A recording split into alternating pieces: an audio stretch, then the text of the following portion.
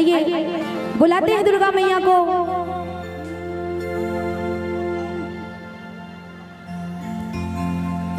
रता जो हते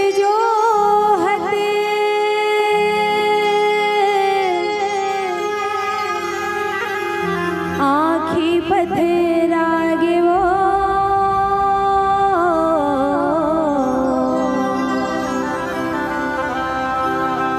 रता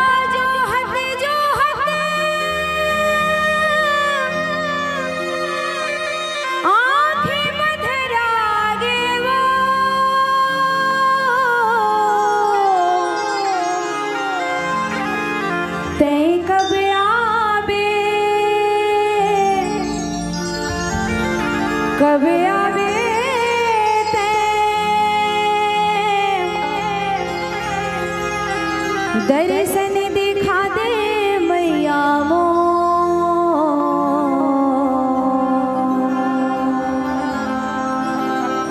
दर्शन दिखा दे मैया मो।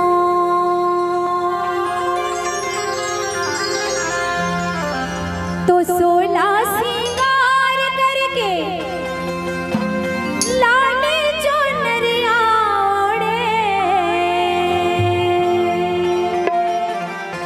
चले आवे वो मैया अंगना मामो चले आवे भवानी अंगना मामो। बड़े भाव से मीठी मीठी ताली बजाते हुए मैया रानी को बुलाना है। सभी लोग मीठे मीठे आइए।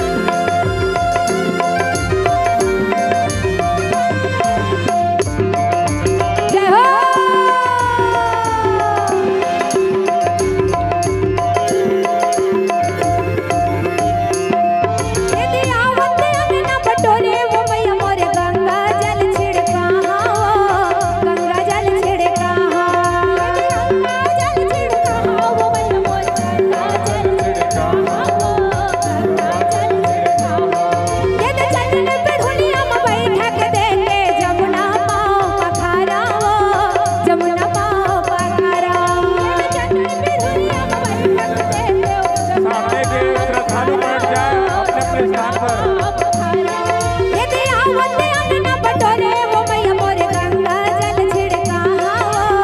गंगा जल छिड़का आवते अंगना बटोरे वो मैया मोरे गंगा जल छिड़का ये तो चंदन पे ढोलिया में बैठा के देखे जमुना पाँव पखारा जमुना पाँव पखारा चंदन पे ढोलिया बैठा के देखे जमुना पाँव पखारा सोला सिंगार करके लाले चुनरिया ओढ़े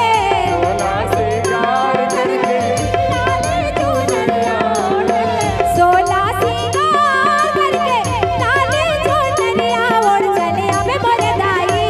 अंगना मामोर चले आवे भवानी अंगना मामोर चले आवे मैया अंगना मामोर चले आवे भवानी अंगना मामोर। ताली बजाते हुए सभी लोग जय हो।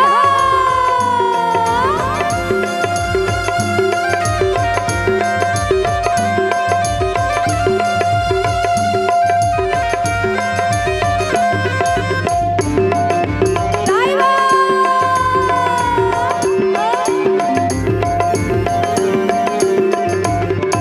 ये तो कंचन थारी मदिया सजा के सुंदर आरती उतारा सुंदर आरती उतारा कंचन थारी मदिया सजा के सुंदर आरती उतारा सुंदर आरती उतारा ये तो पलंग पे छोना में बैठा के देखे बीड़ा पान खवावा बीड़ा पान खवावा पलंग पे छोना बैठा के देखे बीड़ा पान खवावा कंचन थारी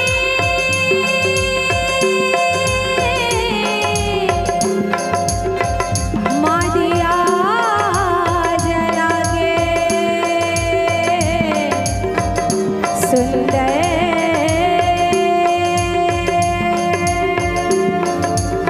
सुंदर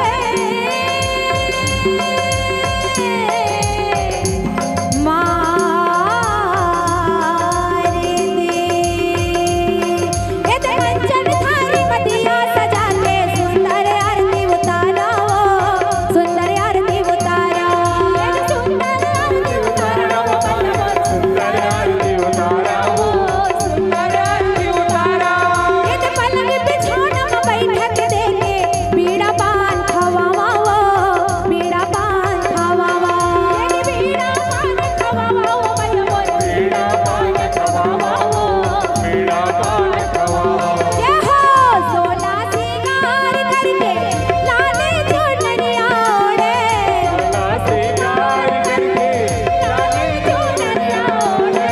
सोला सिंगार करके लाले चुनरिया ओढ़ चले आवे मोरे दाई अंगना मामोर चले आवे भवानी अंगना मामोर चले आवे मैया अंगना मामोर चले आवे भवानी अंगना मामोर चले आवे मैया अंगना मामोर चले आवे भवानी अंगना मामोर या हो सोला सिंगार करके